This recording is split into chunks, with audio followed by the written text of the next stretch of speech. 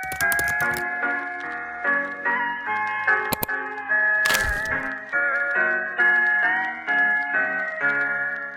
zaman ini, kita hidup di bawah bayang-bayang ancaman yang tak kasat mata, namun sangat nyata, seperti perubahan iklim.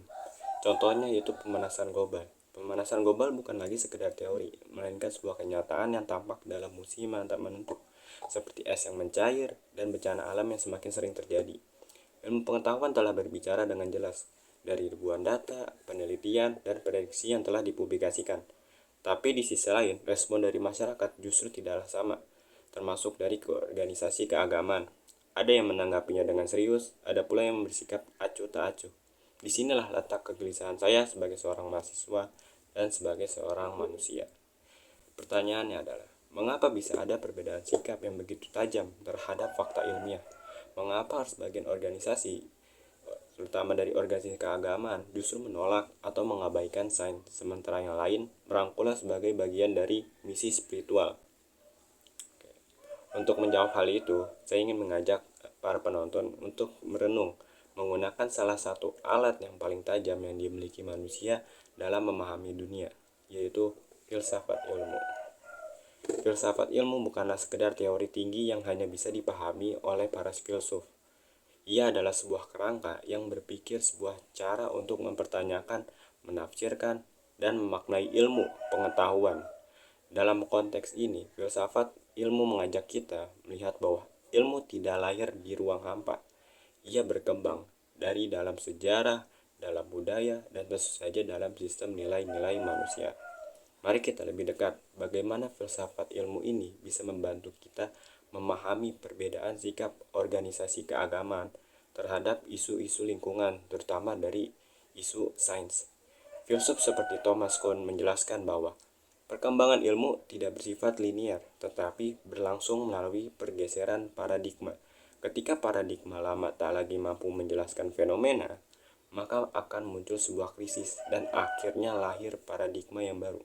Dalam konteks perubahan iklim ini, sains saat ini berada dalam posisi yang menyampaikan paradigma baru, yaitu bahwa bumi dalam krisis dan manusia harus selalu bertindak.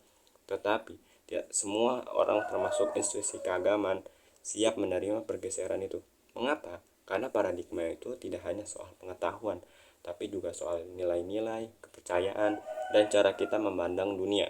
Ketika sebagian besar organisasi keagamaan menolak fakta ilmiah ini tentang perubahan iklim, bisa jadi bukan hanya karena mereka tidak percaya pada sains, tetapi juga karena paradigma mereka belum mampu mengakomodasi narasi ilmiah ke dalam sebuah kerangka spiritualis mereka.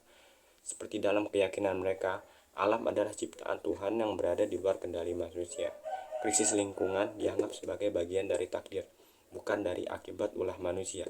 Maka menyerukan aksi lingkungan ini bisa dilihat sebagai bentuk dari pengalihan fokus utama, yaitu fokus dalam ibadah dan kehidupan rohani. Namun di sisi lain, banyak juga organisasi yang keagamaan justru menggabungkan antara ilmu dan iman dan melihat krisis iklim ini sebagai masalah moral.